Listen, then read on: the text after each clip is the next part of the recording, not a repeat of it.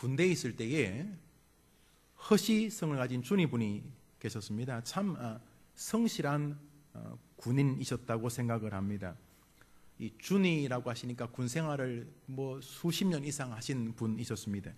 그런데 이분이 특별히 관심을 가진 것이 대대 중앙을 가지고 있는 운동장의 그 잔디밭이었습니다. 이 어른이 정말 잔디를 사랑하셨어요.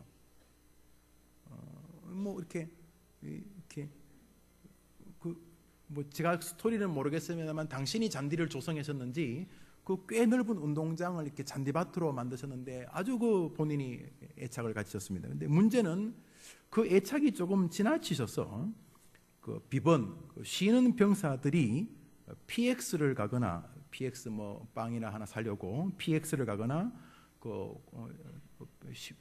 비번인 병사들이 공을 가지고 운동을 하러 가다가 그분을 만나면 한두 시간 잡혀서 또 잔디밭에서 잡초를 뽑아야 되는 거였습니다. 이 상이나 무슨 선물을 주려고 병사들을 찾는 게 아니고 오직 그 일을 시키시려고 그 지겨운 잔디 다 뽑아버리고 싶은 그 잔디밭에 그 일 시키려고 병사들을 찾으셨기 때문에 이제 군인들이 이렇게 오늘 축구 한 게임 할까 하다가 그럼 다 이렇게 군사들이 이제 병사들이 내후반에서 편을 다 짭니다.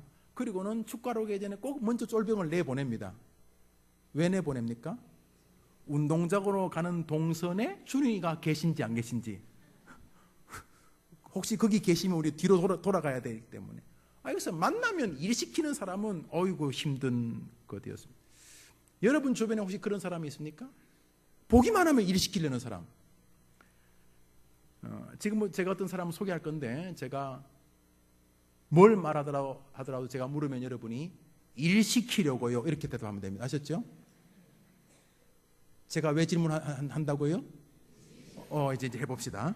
어떤 사람이 있는데 이 사람은 평소에는 친구들에게 살갑게 대하지 않습니다만 자기 집에 화장실을 청소해야 될 날이거나 오랫동안 밀린 쓰레기를 치워야 하는 날이거나 소파나 카페트에 아이나 개가 오물을 토한 그런 날이거나 설거지를 몇 주간 안 해가지고 태산처럼 설거지가 쌓인 날에는 친구들에게 전화를 합니다.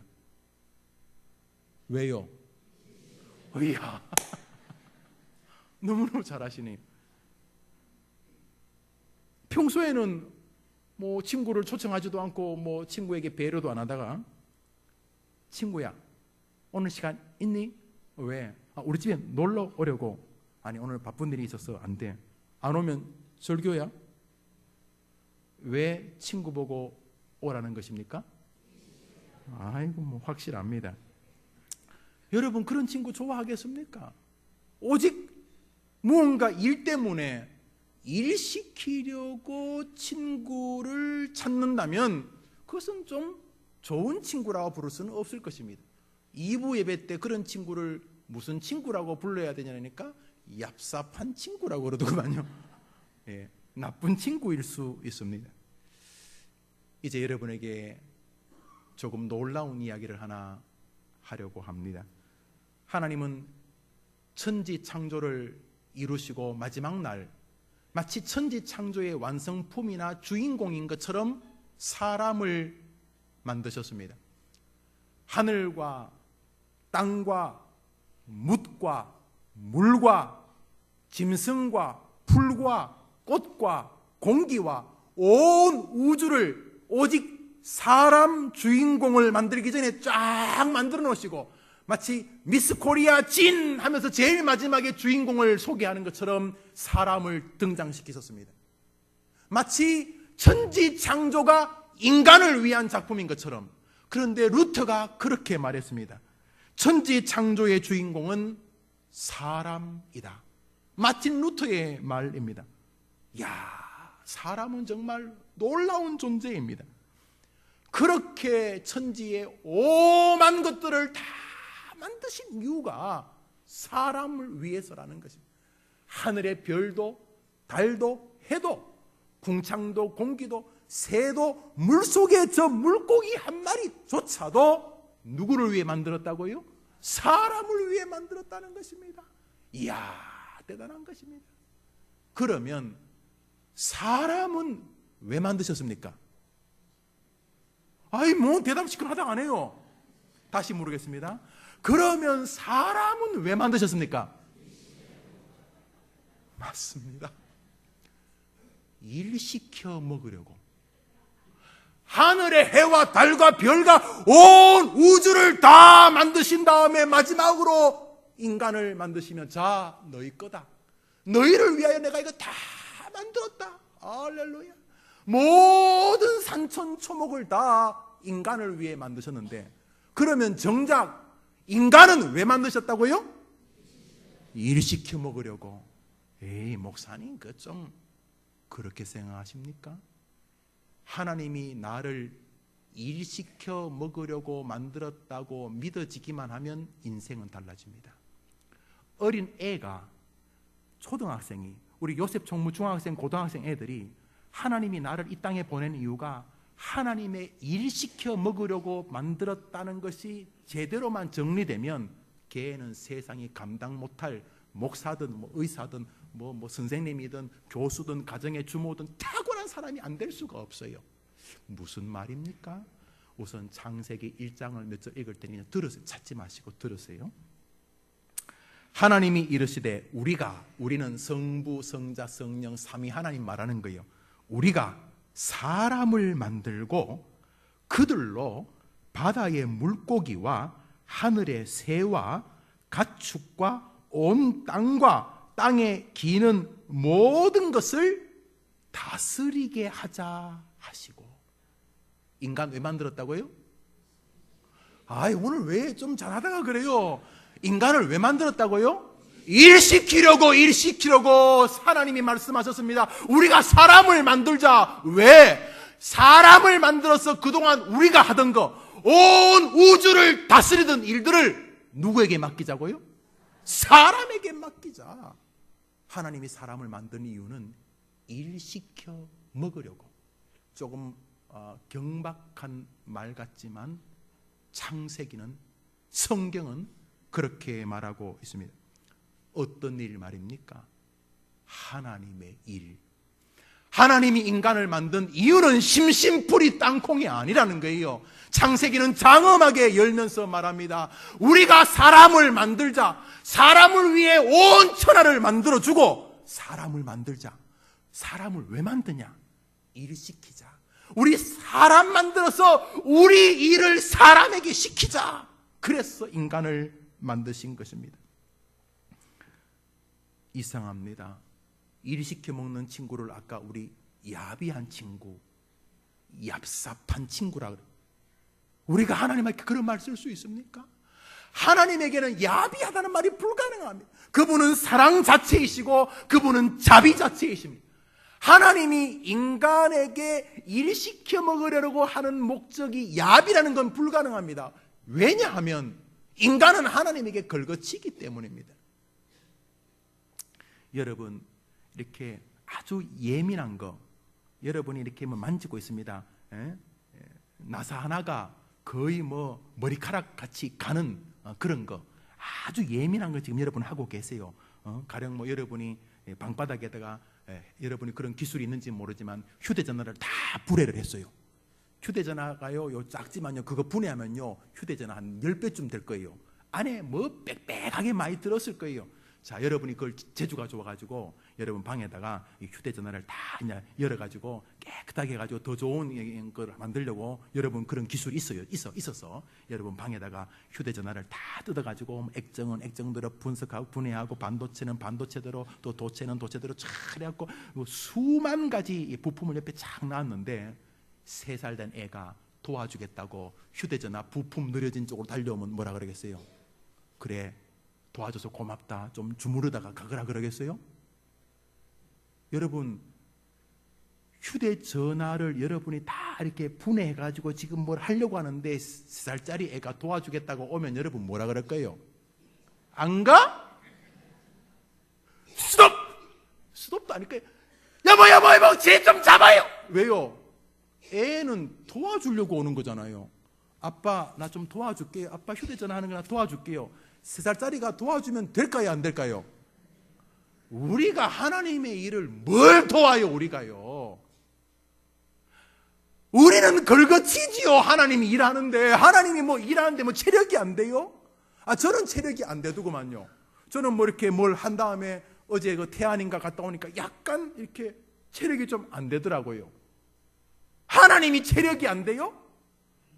하나님은 여러분이 하나님 도와드리는 게 편하겠어요? 하나님 혼자 하시는 게 편하겠어요? 그건 뭐 우리가 하나님을 모르니까.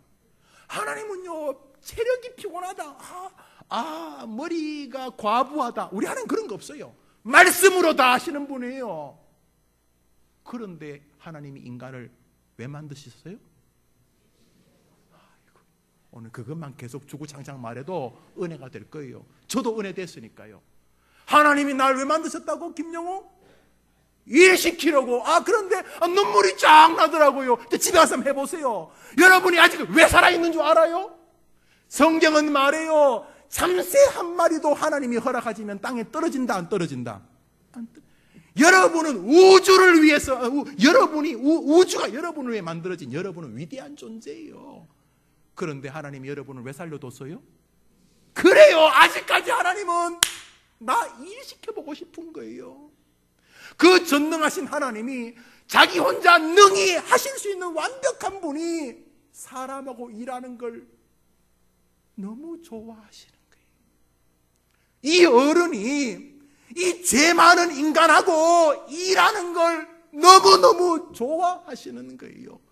하는 것마다 걸거치는 인간인데도 불구하고 여러분 가끔 며느리 가운데 싹싹하고 재빠르고 10분 만에 막 반찬 3개씩 만들고 막 반찬 만들면서 시어머니 주물러 주면서 애도 토닥거리면서 남편도 쓰다듬어 가면서 된장국도 끓이면서 피자도 굽고 그러면서 또 소고기도 무치는 건 아니고 삶고 하여튼 이렇게 재주 좋은 며느리도 있지만은 30분 동안 한 가지 된장찌개를 끓이는데 이게 된장이 아니고 설탕물이야.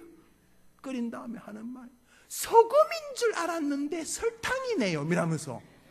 그래서 그래 뭐 가끔은 살다 보면은 달짝지근한 된장도 먹을만 하다. 겨우 이렇게 이제 며느리 달랬는데 앞불사 그게 몇백 미터 되는 것도 아니고 그 불에서 여기 식탁까지 3미터도 안 되는데 오다가 치마 지가 밟아가지고 또 쏟아버렸네. 살다 보면은 걸거치는 사람이 있어요. 그죠? 예. 뭐 잘한다고 하는데 걸거치는 사람이 있어요. 우리는 다 하나님에게 그런 종류예요. 우리가 무슨 하나님에게 도움이 돼요? 그냥 있는 게 걸거치지. 그런데 무슨 연유에선지 하나님은 사람하고 일하는 걸 좋아하세요. 아니라고요? 이스라엘 사람들이 범죄하여 애굽에 종살이 했어요. 거의 400년 가깝게. 하나님 앞에 빌고 울고 절규하니까 하나님이 그들을 도와주려고 마음이 움직이셨어요. 용서해 주신 것이죠. 아브라함에게 약속한 것을 이루시는 거예요. 그래 그러자 하고 주님이 애굽에서 고통 중에 부르짖는 사람을 건져내십니다. 그래서 하나님이 직접 가셨어요? 직접 가셨어요? 사람 보냈어요? 그 사람이 누구예요? 모세. 하나님은 당신이 가면 더 잘하잖아요. 완벽하게 싹 정리하잖아요. 괜히 부실한 사람 아마추어가 뭘 해도 이상한 작품이 만들어지는 거예요. 제가 그 전기시설을 고치면 좀 그래 되는 경향이 있어요. 무슨 말이냐면 저는 뭐 뜯고 이런 걸 좋아해요. 뭐 여튼 간에 근데 요즘은 그게 소리만 나는 게 중요한 게 아니라 외관도 좀 이뻐야 되잖아요. 근데 제가 이렇게 뭘 고치면은 옆에 글루건이 떡이 됩니다. 그리고 이제 마지막에는 이렇게 고무줄로 묶어야 돼요. 그래서 제가 고치는 걸 주변 사람들이 별로 안 좋아합니다. 이게 뭐 원래는 이렇게 예쁜 모양인데 제가 손대고 나면 막 이렇게 본트가 달라붙고 또 이렇게 고무줄로 묶고 나중에 고무줄 안 되면 또 철사로 묶고 막 해갖고 모양새가 이상하게 그것도 또 며칠 있으면 또 맨 고장나고. 우리가 하는 일이 그런 거예요. 하나님은 당신이 하면 깔끔하게 일하시잖아요. 그런데요, 아니, 하나님은 사람하고 일하는 거 너무 좋아하세요. 아브라함 통해 당신의 언약을 이루는 걸 좋아하시고, 다윗을 들어가시고 다윗의 왕조를 키워가는 걸 즐거워하세요. 문제가 있으면 당신이 직접 안 가고 엘리야를 보내고 엘리사를 보내고 느헤미야를 보내세요. 이 땅에 오신 하나님이신 성자 하나님 예수 그리스도 마찬가지. 오시자마자 하신 일 중에 하나가 바로 제자들을 부르는 거예요. 사람 불러서 당신이 할 일을 그 제자들에게 맡기시는 것이 주님의 사역이셨어요. 하나님이 여러분을 이 땅에 왜 아직까지 살려두신 줄 아십니까? 일시키려고. 이 말은 같이 한번 동역하고 싶어서라는 것입니다. 당신이 다 없애버리고 당신이 직접 하면 더 깔끔하고 완벽하게 하시지만 아니에요.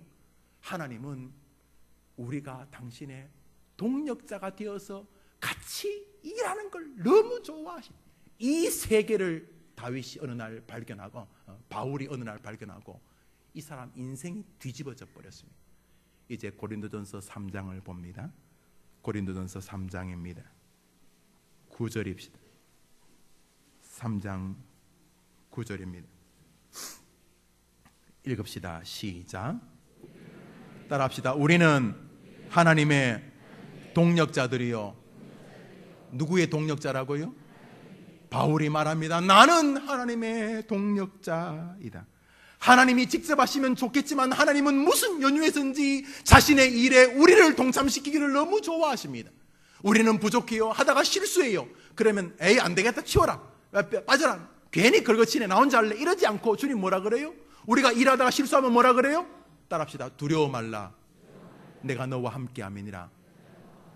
힘내라, 너와 함께 해주마. 그리고 또 일 시키시는 거예요. 이상하지 않습니까?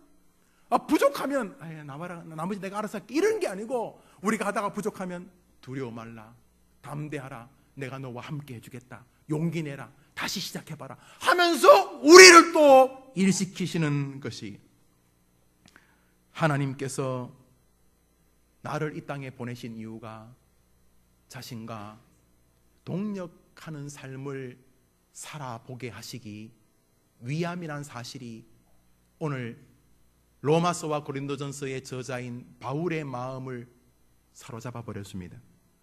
그리고 새 역사가 그 사람에서부터 출발하기 시작합니다.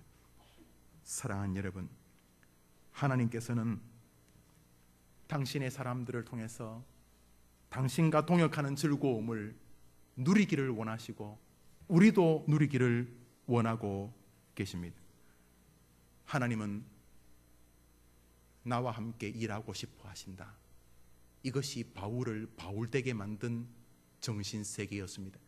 약간 교만해 보이는 면이 있습니다. 무슨 지주제에 하나님이 자기하고 일하고 싶어 해. 그런데 여기에 거룩하고도 영광스러운 믿음의 역설이 있고 세상 사람들이 보면서도 누리지 못하는 영적인 세계가 존재합니다. 여러분은 중요한 일일수록 믿을 만한 사람에게 맡기실 것입니다. 이래도 되고 저래도 되는 일은 아이들에게도 맡길 수 있고 그저 동료에게도 맡길 수 있습니다. 그러나 정말 중요한 일은 자신이 하거나 자신이 정말 믿을 만한 사람에게만 맡깁니다. 사도 바울은 하나님이 자기를 동력자로 사용하고 싶어 한다는 사실을 어느 날 깨닫고 완전히 감격에 빠졌던 것입니다. 이 흥분이 병약한 환자 바울을 역사의 주인공이 되게 만들었습니다. 이 흥분, 하나님이 나하고 일하고 싶어 하시는구나. 때로 죄인 중에 괴수와 같은 나인데도 불구하고 저 전능자가 나의 삶을 당신의 동력자로 쓰고 싶어 하시는구나. 저분이 나하고 일하고 싶어 하시는구나. 당신이 혼자 하면 더 잘할 수 있는 저 완벽한 저 어른이 나하고 일하고 싶어 하시는구나. 역사가 뒤집어 져버린 것입니다. 그 이후로 누구도 바울을 막을 수가 없었습니다. 바울이 병들었다고 포기합니까? 애시당초 병들든 안 들든 부실한 자기였습니다. 스데반 집사를 돌로 때려 죽인 살인자였습니다. 그런데 어느 날 깨닫습니다. 하나님이 나를 아직까지 살려두신 이유는 나하고 한번 멋지게 한편해보고 싶어 하시기 때문이라는 걸 깨닫게 되자 누구도 바울을 못 막습니다. 감옥도 바울을 막을 수가 없었습니다. 그리고 그는 가는 곳마다 위대한 역사를 만들어내었습니다. 손대면 죽은 자가 살아나 버렸습니다. 설교하면 수백 명, 수천 명이 죽게로 돌아오게 되었습니다. 사랑하는 여러분, 바울의 이 동력자 정신은 우리들이 조금만 생각해 보면 바울을 흥분시킨 이유를 충분히 유추할 만한 사상입니다. 여러분의 신분 상승이 제일 빠른 것은 여러분이 굉장히 신분이 높은 사람 곁에 있는 것입니다. 대표적인 것이 조선민주주의 인민공화국, 저 북한입니다. 북한은 전 세계적으로 권력의 생리를 완벽하게 보여주는 교과서 같은 나라입니다. 북한의 최고 지도자인 현재인 김정은, 그 사람하고 얼마나 가까이 있는지, 그 사람이 현지 시찰이라고 어딘가 돌아다닐 때에 얼마나 그 사람 곁에서 자주 동행하는지, 그 사람에게 카메라를 비출 때 얼마나 그 사람 가까운 거리에서 자주 나타나는지가 권력의 순입니다. 우리나라 정보기관은 그래서 늘 그거 이야기해 줍니다. 언론은 누구누구가 몇 번 시찰하는데 옛날에는 10번 나왔는데 이번엔 3번밖에 안 나온다. 뭔가 위험한 것 같다. 그리고 얼마 전까지는 위대한 장군 김정은 동지 옆에 있는 말똥이가 그러다가 어느 날 말똥이 이름이 없어지면 저것도 장모시기처럼 또 어디 간 거 아닌가 이러면서 사람들이 그 권력자 얼마나 가까이에 나타나냐로 그 사람의 신분과 지위를 평가합니다. 여러분 누구 옆에 있으면 가장 여러분 본때 나겠습니까? 여러분이 이 땅을 살 때에 하늘과 땅을 완전히 충족시킬 전능자 하나님, 그분 말고 누가 있겠습니까? 바울은 하나님이 자기를 자기 옆에 동력자로 찾고 계신다는 사실에 마음이 부딪히자 흥분에 빠진 것입니다. 하나님이 사람이 필요하시다. 하나님은 사람하고 일하기를 너무 좋아하신다. 유대 율법 학자였고 어설프게 신학 좀 안다고 주접 떨던 나, 어설픈 열심으로 스데반 집사니까지 돌로 쳐 죽이는 기준이 되었던 나 같은 인간도 하나님이 일하고 싶어 하시는구나. 사울아 사울아 너가 왜 날 핍박하느냐? 주여 누구시니까? 나는 너가 핍박하는 예수다. 저 어른께서 나 같은 인간 말종도 아직까지 살려두신 이유가 해림교회에서 목사하다가 죽으라는 게 아니고 하나님하고 동력할 기회를 주시기 위함이구나. 이러자 바울이 뒤집어진 것입니다. 바울이 뒤집어지니까 바울 주변의 나라가 다 뒤집어진 것입니다. 사랑하는 여러분, 여러분이 가장 빠르게 신분을 상승시키는 방법은 하나님과 동력자의 거래를 트는 것입니다. 그러면 여러분 주변이 뒤집어지게 될 것입니다. 예를 들어 보겠습니다. 나의 갈 길 다가도록 예수 인도하시니, 이 찬송을 지은 페니 제인 크로스비, 150년 전에 흑인 여자입니다. 소경입니다. 지금도 흑인에 대해서, 물론 대통령이 흑인이긴 하지만 전반적으로는 유색인종에 대해서 조금은 권위의 어려움이 있습니다. 마틴 루터 킹이나 링컨 대통령 그 심 얼마나 흑인들의 인권이 열악했습니까?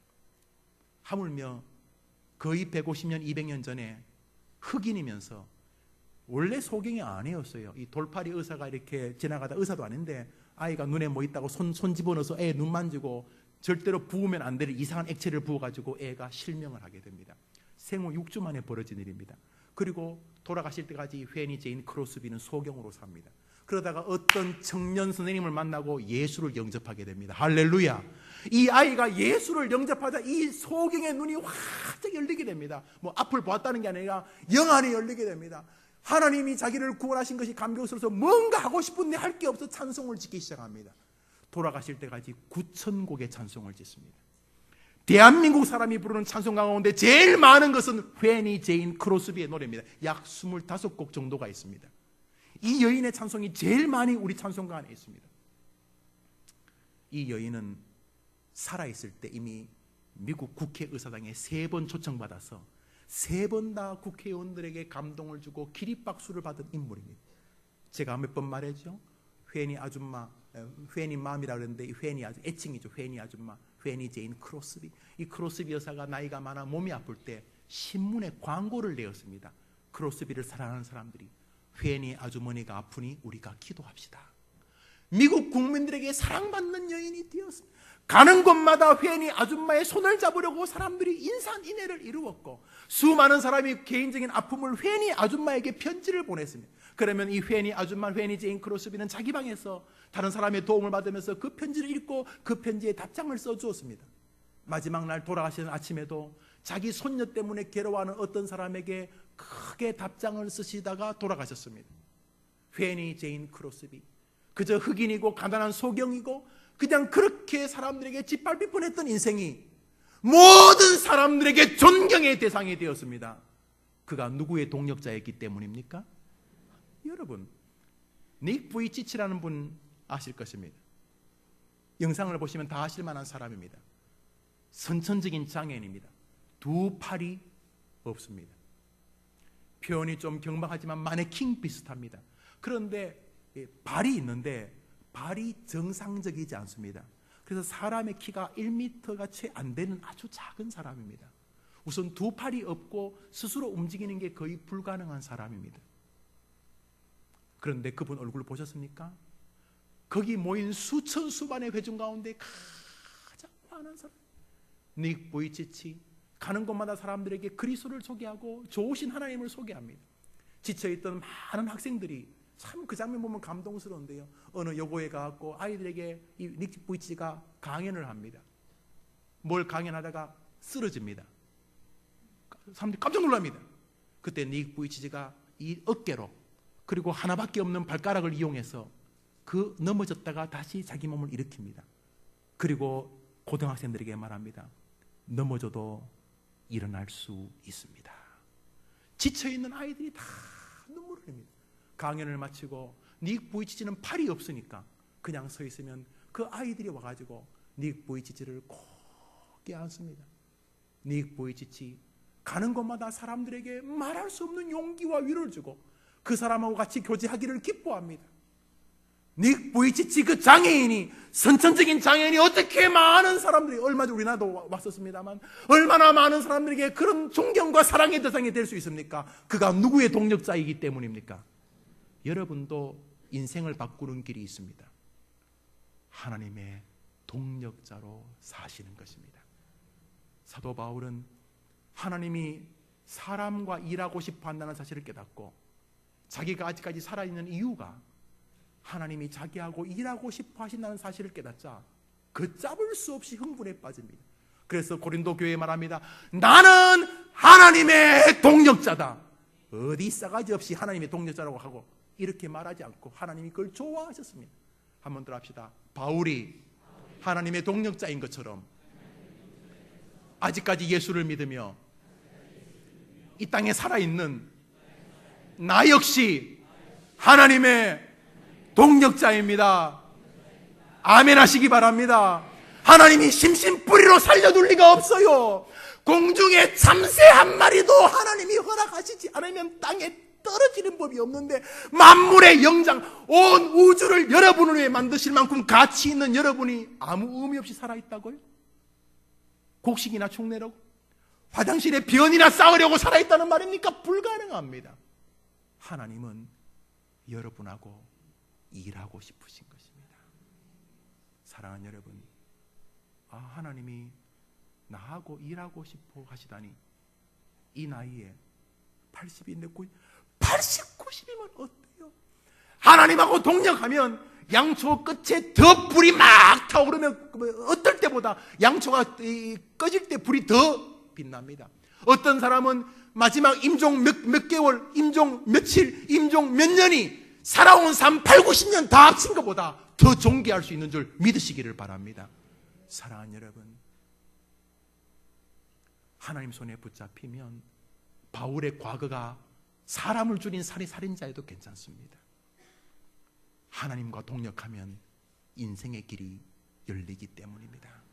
그러므로 내가 아직 살아있는 게 저분이 나하고 같이 일하고 싶으시구나, 일하고 싶어서 이시겠구나, 내가 너무 동력자답지 않았구나, 남은 생에 저분의 동력자가 되는 게 내 운명이구나, 이런 마음만 가지셔도 여러분 남은 생은 다릅니다.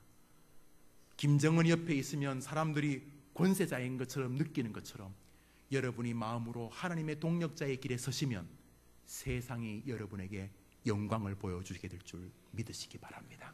최고의 권력자 아닙니까? 하나님. 그분이 여러분하고 일하고 싶어 하십니다. 당신 혼자 100배, 1000배 더 잘하시지만 아니요. 어이 영우야, 나하고 일하자. 얘들아, 나하고 일하자. 주님이 바울을 부르셨던 것처럼 지금 여러분을 부르고 계신 줄 믿고 남은 인생에 내가 원래 하나님의 동력자이지, 여기서부터 인생을 새 출발하게 되기를 주의 이름으로 축원합니다. 그런데 여기 중요한 게 하나 있습니다. 그것은 주님이 찾으시는 것은 동력자이지 동업자가 아니라는 것입니다. 동력자라는 원어는 시네르카데스라는 단어인데 마음을 합하여 같은 길을 가는 이라는 뜻입니다. 한번 답시다. 마음을 합하여. 여기 말해서 동업자라는 말은 우리나라 한글 사전에 사업을 같이 하는 사람 이래 되어 있습니다. 동역자와 동업자는 비슷하지만 다릅니다. 여러분 살아오시면서 가까운 사람들끼리 동업을 했는데 시간이 지나서 동업의 사업이 깨어질 뿐만 아니라 좋은 마음으로 동업했던 사람들 사이가 원수처럼 변하는 거 본 적이 있습니까? 뭐 아멘까지는 안 해도 돼요. 있어요? 저는요 너무 많이 들었어요. 목사 노릇하면서. 심지어 형제지간도 원수가 되는 거를요 많이 봤어요. 왜 그런 줄 아세요? 동역자가 아니라 동업자들이었기 때문입니다. 동역자는 상대의 수고와 상대의 아픔에 관심이 큽니다. 그러나 동업자는 둘 사이 이득에 관심이 있습니다. 동역자는 어떻게 해서든지 서로의 짐을 나누고 어려움을 대신해 보려고 아파하지만은 동업자는 이윤의 모든 초점이 있습니다. 동역자는 어떻게 해서든지 그 상대방의 짐을 나누어 보려고 몸부림치지만은 동업자는 할 수만 있으면 내 짐을 상대에게로 넘길 길을 생각합니다. 동역자는 그 사람에게 관심이 있고 동업자는 계산에 관심이 있습니다. 동역자는 그 사람의 마음이 소중하고 동업자는 둘 사이의 이익이 소중합니다. 수고의 멍에를 끝까지 같이 메고 가는 사람은 동업자가 아닙니다. 동업자는 이윤의 문제가 생기면 오늘 칼같이 갈라질 준비가 되어 있는 사람이지만 동역자는 아픔과 수고를 끝까지 짊어지고 가려는 사람입니다. 하나님은 하나도 부족하지 않지만 자기를 동업자처럼 대하지 아니하고 어떻게 하나님 이용해서 뭐 이윤 좀 받아낼 수 없을까? 그런 동업자들 말고 어떻게 하면 하나님의 마음을 같이 짊어질 수 있을까? 어떻게 하면 하나님의 마음을 기쁘시게 해드릴 수 있을까? 하나님의 마음이 힘든 것을 어떻게 내가 좀 대신 짊어질 수 있을까? 하나님은 동역자를 찾고 계시는 것입니다. 그런 면에서 조국 교회의 위기는 동력자들이 줄어들고 동업자들이 교회를 채워가고 있는 것입니다. 오늘날의 교회의 위기는 동력자의 사라짐의 위기입니다. 교회 안에서 동력자들이 줄어듭니다. 하나님의 짐을 지르기보다는 하나님으로부터 뭔가 이득을 잡아내려고 하는 영적인 동업자들이 교회의 높은 자리를 차지합니다. 목사 같은 이런 놈부터 시작해서 교회 전반에 하나님이 찾고 계시는 동력자들은 줄어들고 동업자들이 교회를 장식해가고 있습니다. 오늘 조국 교회의 시기와 분쟁은 동력자들 때문에 생기는 게 아닙니다. 동업자들 때문에 생기는 것입니다. 하나님은 우리에게 나는 사람하고 일하고 싶다, 동력자인 교회하고 일해보고 싶다, 우리에게 지금 절규하고 있는 것입니다. 동업자는 그 사람의 짐과 아픔의 마음이 있고, 동업자는 둘 사이에 있을 이윤과 이득에 관심이 있습니다. 우리 바보 아닙니다. 우리 압니다. 그래서 해림교회는 목숨을 걸고 좋은 교회가 되어야 하는 것입니다. 우리는 우리를 돌아보아야 합니다. 바울은 이 동력자 정신을 깨닫고 이것을 삶 전방위적으로 확산해 갑니다. 오늘 로마서 16장 3절 4절에 한 부부를 소개합니다. 너희는 그리스도 예수 안에서 나의 동력자들인 브리스가와 아굴라에게 문안하라. 그들은 내 목숨을 위하여 자기들의 목까지도 내어놓았나니 나뿐 아니라 이방인의 모든 교회도 그들에게 감사하느니라. 브리스가와 아굴라는 무식한 부부가 아닙니다. 아내는 로마 사람이 거의 확실합니다. 남편은 유대인으로 보이고요. 이 둘은 우리로 말하면 다 서울대 출신들입니다. 왜냐하면 로마의 박해를 피해서 신앙을 찾아서 온 메이플라워를 타고 온 이 디아스포라 같은 인물입니다. 이 두 부부는 보통 사람들이 아닙니다. 이미 그 전에 기독교를 다 정리해 있었는데 바울을 통해서 기독교를 좀 더 잘 받아서 이 사람이 누구를 변화시키냐면 아볼로라고 하는 그 시대 신학교 교수를 변화시킵니다. 이 친구도 신앙은 가지고 있었는데 예수의 세례는 모르고 요한의 세례까지만 정리를 하고 있었습니다. 그런데 이 브리스길라 아굴라 이 두 부부가 이 신학 교수를 바꿔버립니다. 이 둘은 진짜 많이 배운 사람입니다. 그렇지만 복음을 위해서 바울과 함께 천막 만드는 일을 같이 동행합니다. 직업이 같아서 동력자가 아니라 사도 바울이 두 부부를 뭐라고 부르냐면 저들은 나의 동력자들인데 저들은 나를 위하여 자기들의 목을 내놓은 사람이었다, 이렇게 말해요. 이 두 부부 미친 사람 아닙니까? 아니 뭐 예수를 위해 목을 내놓는다면 야 그거야 뭐 어떻게 뭐 순교하시고, 아니 바울이 무슨 하나님입니까? 바울이 뭐래? 나는 죄인 중에 괴수다. 오라, 나는 죄인 중에 괴수라. 한자락 까는 소리가 아니고 바울도 죄인이에요. 바울이 무슨 의인이에요? 그런데 이 두 부부는 바울을 만난 이후로 바울을 떠나지 않습니다.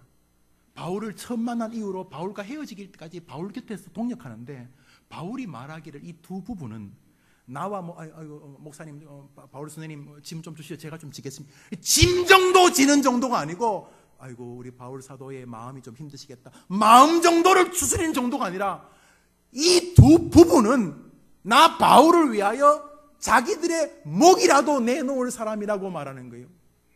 이 사람들은 미친 사람인가? 제가 이 설교 준비하다가 가슴 뭉클했던 것은 이들이 목을 내놓는 장면이 아니었어요.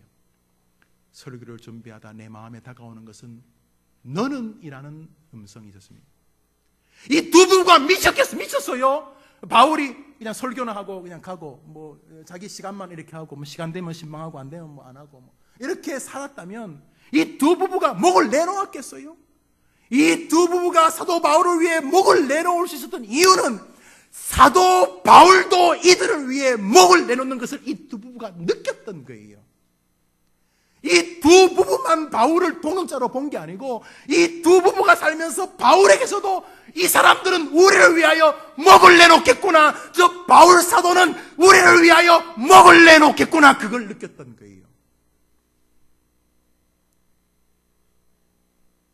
해림교회가 그런 목사와 성도들의 교회가 되기를 바랍니다. 사랑하는 여러분, 사도 바울의 이 동역자 정신은 한 시대를 완전히 바꿔버렸습니다.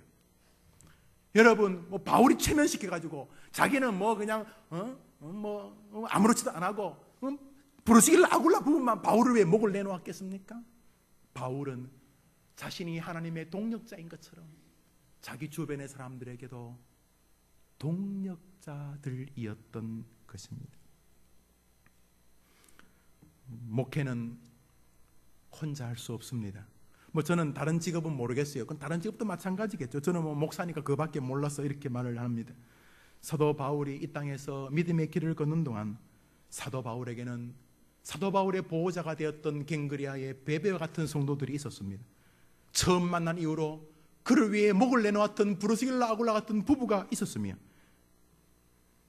믿음의 아들이었던 디모데 같은 사람이 있었고, 함께 감옥까지 따라가 주었던, 함께 투옥되는 신라와 누가와 같은 사람들이 있었습니다. 사도 바울의 생애는 이러한 동역자들의 포진이 사도 바울을 사도 바울 되게 하는 힘이었습니다. 지금도 성공적인 목회를 하시는 분들의 특징을 가만히 들어보면 공통점 중에 하나가 동역자들이 있는 분들이셨다는 것입니다. 지금은 고인이 되었습니다만 한국교회 일정한 영적인 지분을 가지고 계셨던 고 옥하는 목사님, 지금 뭐 예배당 크게 진다고 뭐 좀 시끄럽긴 합니다만 강남에 있는 사랑의 교회 원로이셨던 고 옥하는 목사님, 그분이 집회하는데 제가 간 적이 있었어요. 신학교 때. 그분이 강의를 하는데 들었던 기억이 생생합니다. 내용은 이런 것입니다. 옥 목사님이 사랑의 교회와 옥하는이라고 하는 이런 은혜가 있기까지 하나님의 도우심이 컸지만 이들의 수고를 간과할 수는 없습니다 하면서 말을 시작했습니다. 본인이 사랑의 교회를 처음 시작할 때 자신에게 좋은 동역자들이 있었고 그들의 도움으로 사랑의 교회와 옥하눔이 지금 있게 되었다는 것입니다. 그러면서 언급한 사람이 현재 이랜드 그룹의 회장인 박성수 회장, 그러니까 그때는 박성수 청년이죠.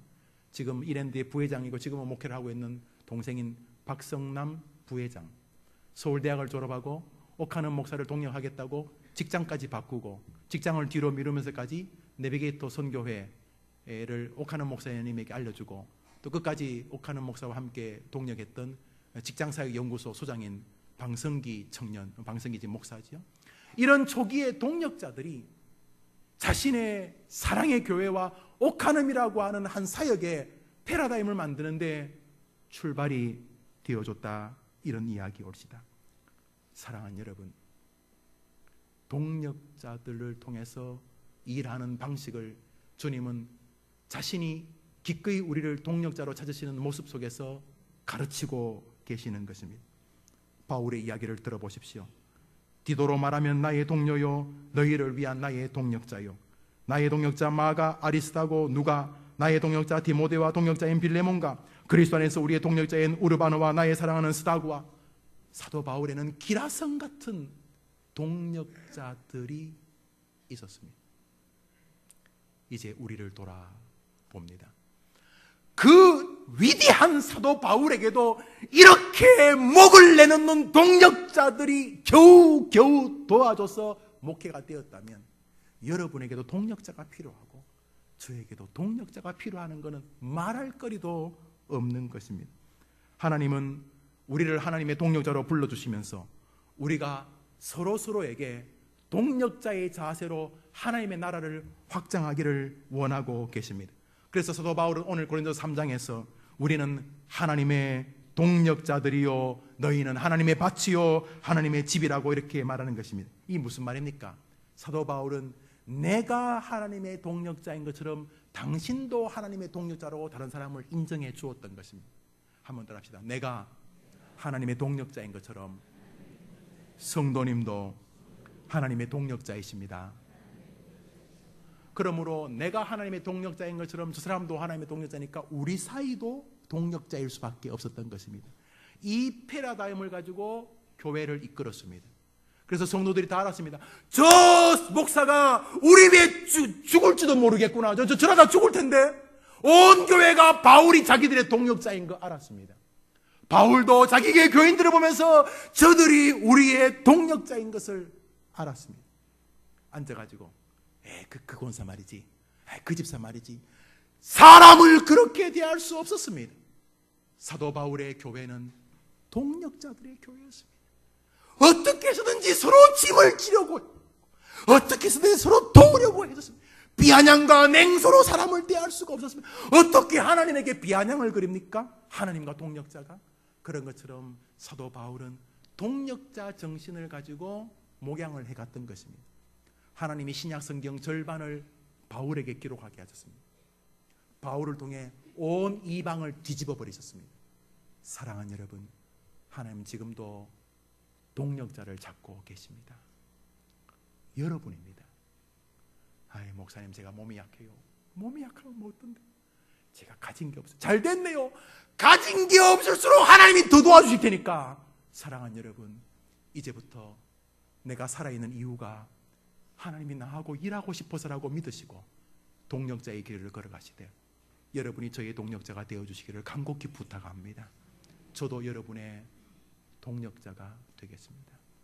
그래서 우리 해림교회 목회하면서 저 목사 저거 우리 위해 죽겠다, 저거 목사도 저 사람 이 목사를 위해 죽겠구나, 이렇게 되어질 때 교회다운 교회로 이 조국 땅의 한 부분을 우리가 감당하게 될 것입니다.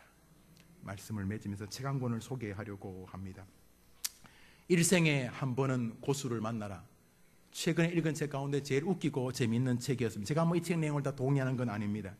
서울대 공대를 졸업하고 국비 유학생으로 미국에 가가지고 석박사 학위를 마치고 고분자 공학에 박사학위를 받은 다음에 우리나라 최연소 대기업의 이사를 지내고, 그 다음에 지금 현재 대학교 교수를 하면서 한국 리더십 센터 소장을 하고 있다는 이 저자가 쓴 글인데, 내용은 자기가 수십 년 동안 살아오면서 우리나라의 일명 고수라고 하는, 각자 자기 분야의 고수라고 하는 사람들을 만나면서 세상의 이 고수들은 사는 방식에 일정한 패턴이 있고, 고수들은 그들이 사는 법이 있고 그들의 마음 관리법이 있고 또 그들의 생각하는 방법이 있다, 그런 내용이에요.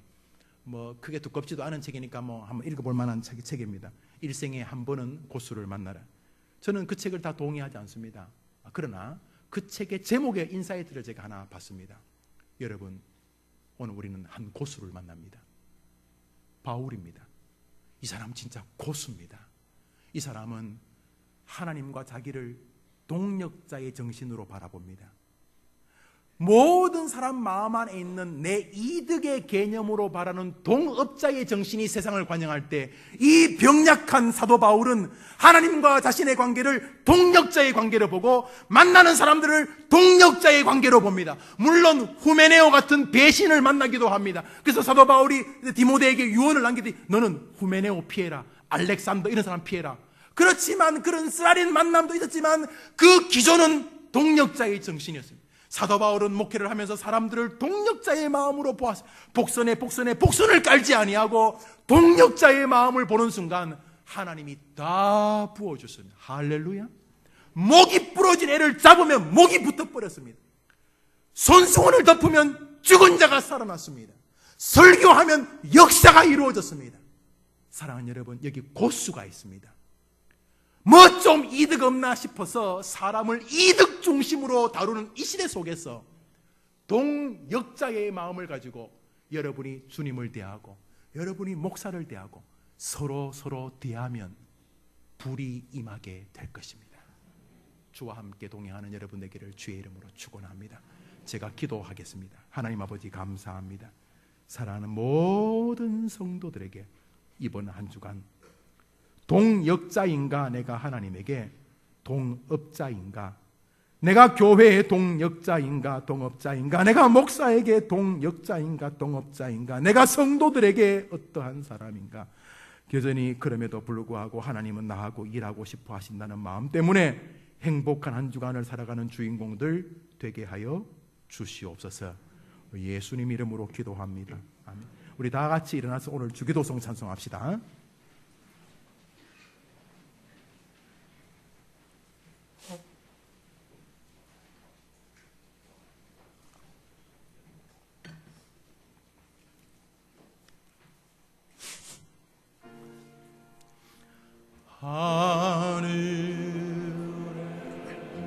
그 좋으신 하나님이 우리를 동력자로 불러주십니다. 이름 거룩하사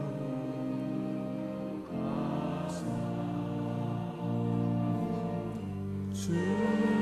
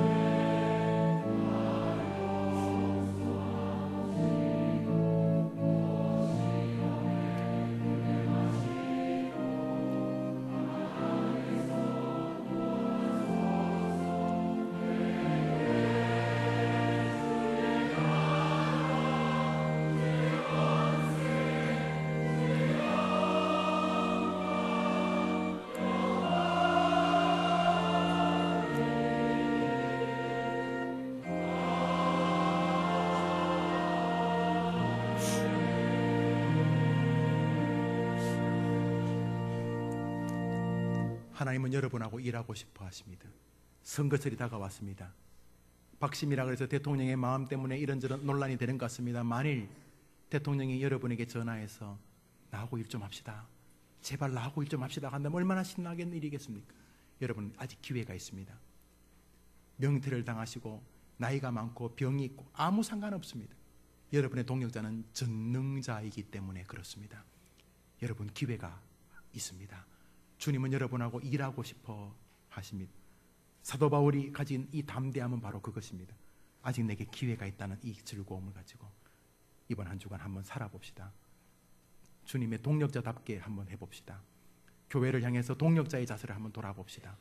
그런 동안 정말 손해되는지 아니면 정말 복이 많은지 이번 한 주간 동업자의 마음으로 세상을 바라보지 않고 동역자로 나를 부르신 하나님을 기억하면서 하나님과 주의 백성들을 대하는 한 주간 되게 하여 주시옵소서. 하나님, 아직 생명이 있다는 것은 하나님이 나하고 일하고 싶어 하신다는 뜻인 줄 아오니 아직 나에게 기회가 남아있다는 사실을 확인하게 되어서 고맙습니다. 소망을 버리지 않고 믿음의 길을 걷는 동력자의 삶 걸어가게 하여 주시옵소서. 우리 조국 교회가 많이 개독교라고 욕을 먹는데 우리 해림교회가 아니 내가 동력자의 마음을 조금 회복해서 조금이라도 하나님을 기쁘시게 하게 하여 주시고 조국 교회에 조금이라도 도움을 되는 믿음의 행위를 드러내게 하여 주시옵소서. 그런 제목으로 우리 한 1분 정도만 우리 기도하고 제가 죽도록 마치겠습니다. 같이 기도합시다. 하나님 아버지 감사합니다. 사랑하는 모든 성도들 은혜를 주옵소서. 모든 성도들의 마음속에 주님이 나하고 일하고 싶어 해주셔서 감사합니다. 아직까지 생명을 주신 이유가 나하고 일 한번 해보고 싶어서라는 사실을 주님 감사합니다. 평생 주님을 동업자처럼 대했다면 용서해 주십시오.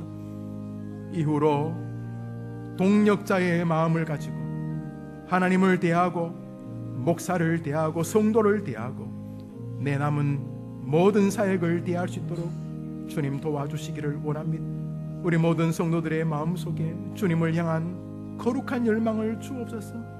정말로 가치로운 길에 서게 하옵소서. 하나님 아버지 또 한 주간을 또 걸어갑니다. 살아가야 됩니다. 마귀는 어떻게 해서든지 우리 신앙이 무능하고 무기력한 것이, 신앙은 교회 안에서만 움직이는 것이라고 말하고 싶어 우리를 속일 텐데, 이번 한 주간 말씀으로 승리하는 재미를 우리에게 주시옵소서. 동력자를 찾고 계시는 거 압니다. 그거야 뭐 바울 같은 사람이 해야 될 일이 아니겠습니까? 라고 생각했었다면 우리 모두 마음을 고쳐먹고, 주님이 아직까지 생명을 허락하신 것은 나하고 일해보고 싶어라는 생각을 가지고 동력자의 마음으로 돌아서는 복된 한 주간이 되게 하여 주시옵소서. 아직 기회가 있구나. 주님이 나하고 일하고 싶어 하시는구나. 이 거룩한 기쁨이 삶 전반을 다시금 재편하게 도와주시고, 지금까지 교회를 다니면서 사람들을 대했던 시각이 동업자의 자세는 아니었는지를 보면서 동력자의 자세로 변화되는 아름다운 한 주간이 되게 하여 주옵소서.